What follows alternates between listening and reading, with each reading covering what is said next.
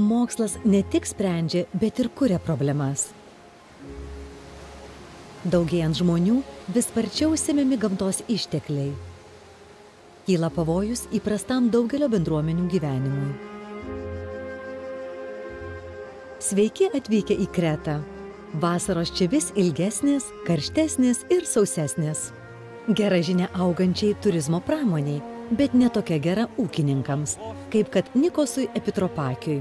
Jis baiminasi, kad senka gėlo vandens ištekliai.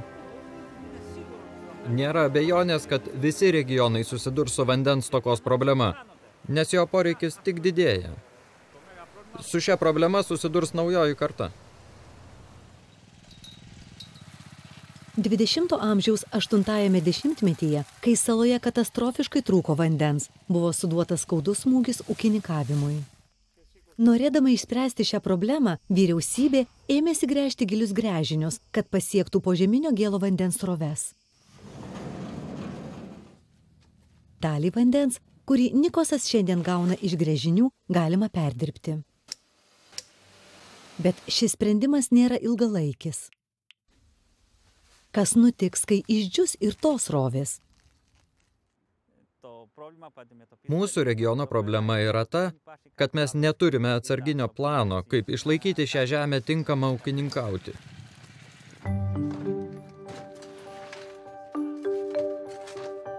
Nors visa sala yra apsupta vandens, kibiras sūraus vandens gali pražudyti net atspariausius pasėlius. O jei pavyktų išgėlinti vandenį, tai yra iš jo pašalinti druską. Šalia turime jūrą, neišsenkantį vandens šaltinį. Jei pavyktų gėlinti vandenį nebrangiai ir neišnaudojant daug energijos, galėtume išspręsti vandens trūkumo ateityje problemą. Ieškoti sprendimo vykstame į šiaurę.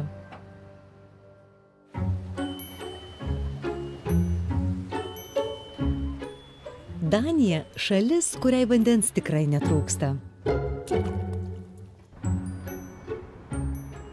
Kopenhagoje mokslininkė Silvija Brekeveld ir jos vadovas Klausas Nilsenas kuria naują revoliucingą medžiagą, kuri galėtų padidinti mūsų gėlo vandens išteklius. Įkvėpimo jie semiasi čia pat, iš savo kūnų. Idėja kilo iš biologinės mimikrijos. Tai yra gamtos principų pritaikymo pramoninėje aplinkoje. Kiekvieną iš mūsų sudaro trilijonai ląstelių. Kiekviena ląstelė turi labai mažus kanalus, kuriais vanduo įteka ir išteka. Šiuos kanalus sudaro baltymai, vadinamieji akvaporinai. Per 100 milijonų evoliucijos metų gamta sukūrė akvaporinus taip, kad jie filtruotų vandens ir tik vandens molekulės. Taigi jie yra būtini žmogaus gyvybei. Ta jie daro natūralaus osmoso proceso metu. Akvaporinų kanalais atitekėjęs vanduo ląstelėje virsta didesnės koncentracijos tirpalu, tik jau be druskos jonų. Tačiau kaip komandai pavyko panaudoti šį natūralų osmoso procesą ir išfiltruoti vandenį ne žmogaus kūne? Neįtikėtina, tačiau jie sukūrė naują medžiagą, imituojančią ląstelės sienelę. Mes sukūrėme technologiją, kuri įspaudžia poliamidų sluoksnyje esančius akvaporinus ant pagalbinės membranos. Šiuo metu jos pagaminame apie 1000 metrų per savaitę. Medžiagos paviršiuje esantys akvaporinai praleidžia tik vandens molekulės. Visa kita, įskaitant druską, yra išfiltruojama. Tačiau kuo ši medžiaga yra geresnė už esamas filtravimo sistemas?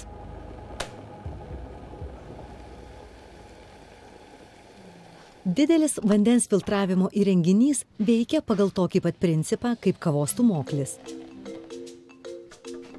Silvijai sunku per filtrą įspausti net tokį mažą kavos kiekį, o dabar įsivaizduokite, kad jos yra milijonus kartų daugiau. Tam, kad prastumtume vandenį per šiuos filtrus, reikia labai daug energijos, todėl membranos greitai susitepa. Joms išvalyti reikia daug cheminių medžiagų, o tai labai brangu. Tai taip pat daro didelį poveikį aplinkai. Tačiau naujoji akvaporinų sistema naudoja mažai energijos ir yra nebrangi. Dabar Silvija nori išbandyti ją realiame pasaulyje.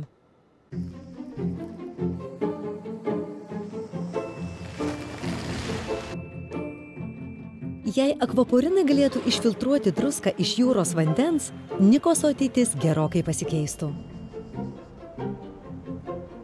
Sveiki, Aš esu Silvija. Nikosas. Silvija nori jam paprastai parodyti, kaip akvaporinus galima panaudoti jo pasėlių laistymui. Pirma, žaliava – tai yra jūros vanduo.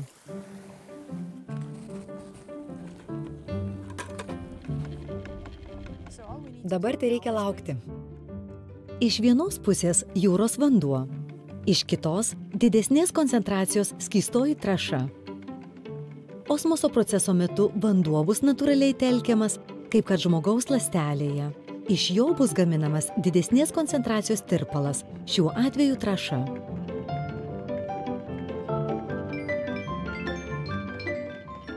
Padėjus akvaporinų medžiagą tarp abiejų tirpalų, pratekės tik vandens molekulės, kurios atskies trąšą.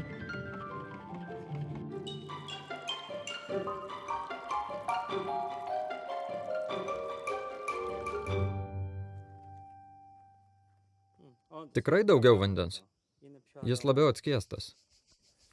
Taigi dabar iš jūros paimtas vanduo yra pakankamai grynas, todėl gali būti naudojamas Nikoso pasėliams laistyti. Tačiau akvaporinai veikia ne tik su jūros vandeniu, jie taip pat gali būti naudojami filtruojant teršalus. Pasaulyje daugybei žmonių trūksta vandens, tačiau jie neturi pakankamai energijos jam pasigaminti. Taigi ši technologija turi didžiulį potencialą.